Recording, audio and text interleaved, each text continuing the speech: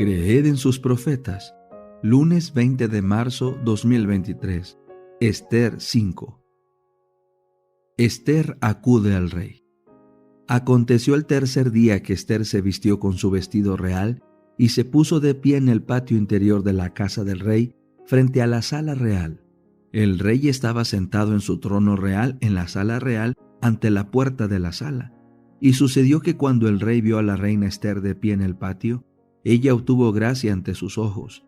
El rey extendió hacia Ester el cetro de oro que tenía en su mano, y Ester se acercó y tocó la punta del cetro.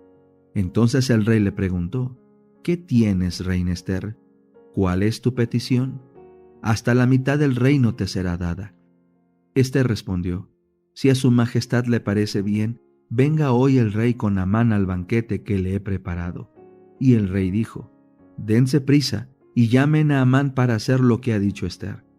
Fueron pues el rey y Amán al banquete que Ester había preparado. Y mientras bebían el vino, el rey preguntó a Ester: ¿Cuál es tu petición? Te será dada. ¿Qué es lo que solicitas? Hasta la mitad del reino te será concedida. Entonces Ester respondió y dijo: Mi petición y solicitud es esta. Si he hallado gracia ante los ojos del rey, y si al rey le parece bien conceder mi petición y hacer lo que solicito, que venga el rey con Amán al banquete que les he de hacer, y mañana haré conforme a la palabra del rey. Amán planea asesinar a Mardoqueo. Aquel día Amán salió alegre y contento de corazón, pero cuando Amán vio a Mardoqueo en la puerta real, y que no se levantaba ni temblaba delante de él, se llenó de ira contra Mardoqueo. Sin embargo, Amán se contuvo y se fue a su casa. Entonces envió llamar a sus amigos y a Zeres su mujer, y Amán empezó a referirles la gloria de sus riquezas, la multitud de sus hijos, todo con que lo había engrandecido el rey, y cómo lo había enaltecido sobre los magistrados y los servidores del rey. Y Amán añadió: También a la reina Ester a ninguno hizo que viniera con el rey al banquete que dio, sino solo a mí. Además, para mañana yo seré su invitado junto con el rey. Pero todo esto de nada me sirve cada vez que veo al judío Mardoqueo sentado junto a la puerta real. Entonces Zeres su mujer y todos sus amigos le dijeron: Que se haga una horca de 25 metros de alto, y por la mañana dile al rey que cuelguen en ella a Mardoqueo, y entra alegre con el rey al banquete. La idea agradó a Amán e hizo preparar la horca. El conflicto de los siglos, capítulo 2. La fe de los mártires. Miles de cristianos eran encarcelados y muertos, pero otros los reemplazaban. Y los que sufrían el martirio por su fe quedaban asegurados para Cristo y tenidos por Él como conquistadores. Habían peleado la buena batalla y recibirían la corona de gloria cuando Cristo viniese. Los padecimientos unían a los cristianos unos con otros y con su Redentor. El ejemplo que daban en vida y su testimonio al morir eran una constante atestación de la verdad, y donde menos se esperaba, los súbditos de Satanás abandonaban su servicio y se alistaban bajo el estandarte de Cristo. En vista de esto, Satanás se propuso oponerse con más éxito al gobierno de Dios, implantando su bandera en la iglesia cristiana. Si podía engañar a los discípulos de Cristo e inducirlos a ofender a Dios, decaerían su resistencia, su fuerza y su estabilidad, y ellos mismos vendrían a ser presa fácil. El gran adversario se esforzó entonces por obtener con artificios lo que no consiguiera por la violencia.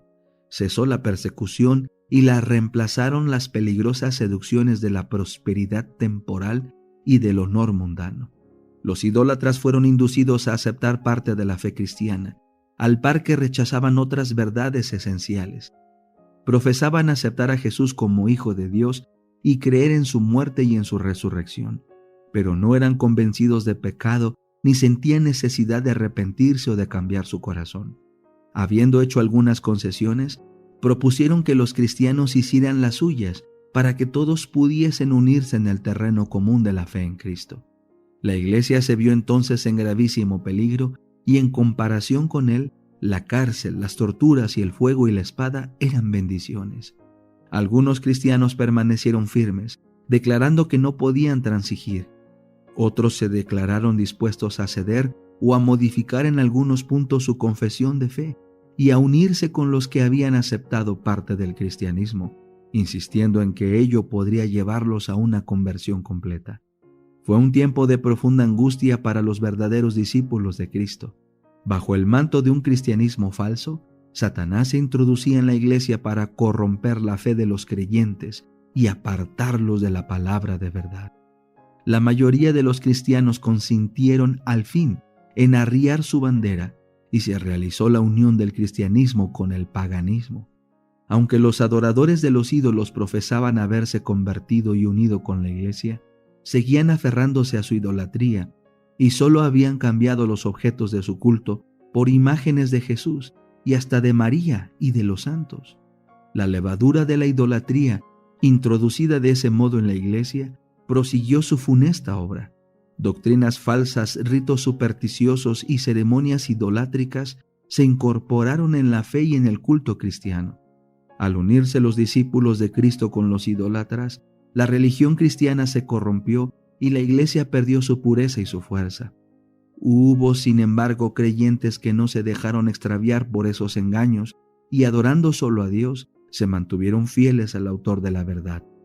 Entre los que profesaban el cristianismo, ha habido siempre dos categorías de personas: la de los que estudian la vida del Salvador y se afanan por corregir sus defectos y asemejarse al que es nuestro modelo, y la de aquellos que rehúyen las verdades sencillas y prácticas que ponen de manifiesto sus errores.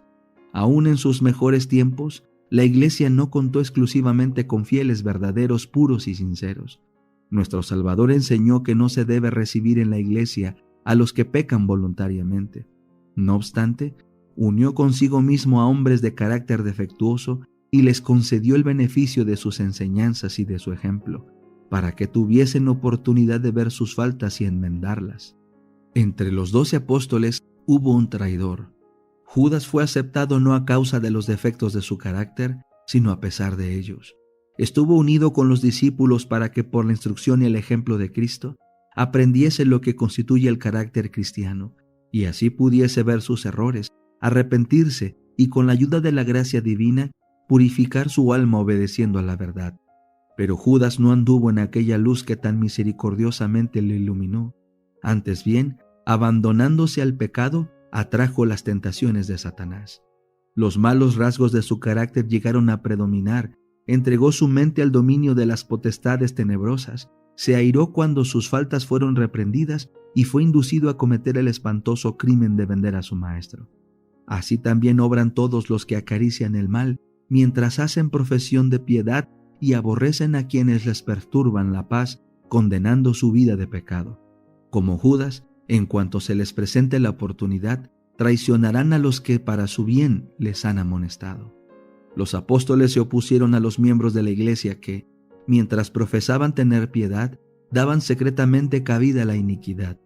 Ananías y Zafira fueron engañadores que pretendían hacer un sacrificio completo delante de Dios, cuando en realidad guardaban para sí con avaricia parte de la ofrenda.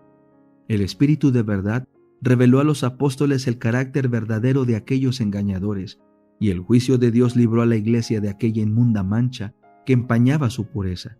Esta señal evidente del discernimiento del Espíritu de Cristo en los asuntos de la iglesia llenó de terror a los hipócritas y a los obradores de maldad. No podían estos seguir unidos a los que eran en hábitos y en disposición fieles representantes de Cristo.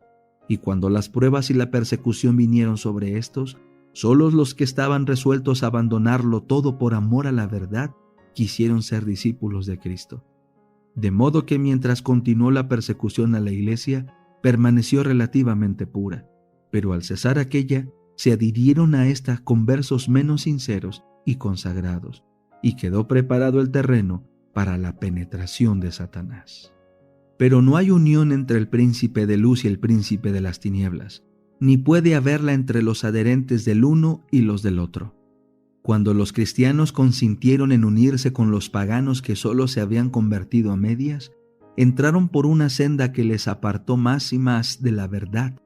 Satanás se alegró mucho de haber logrado engañar a tan crecido número de discípulos de Cristo. Luego ejerció aún más su poder sobre ellos y los indujo a perseguir a los que permanecían fieles a Dios.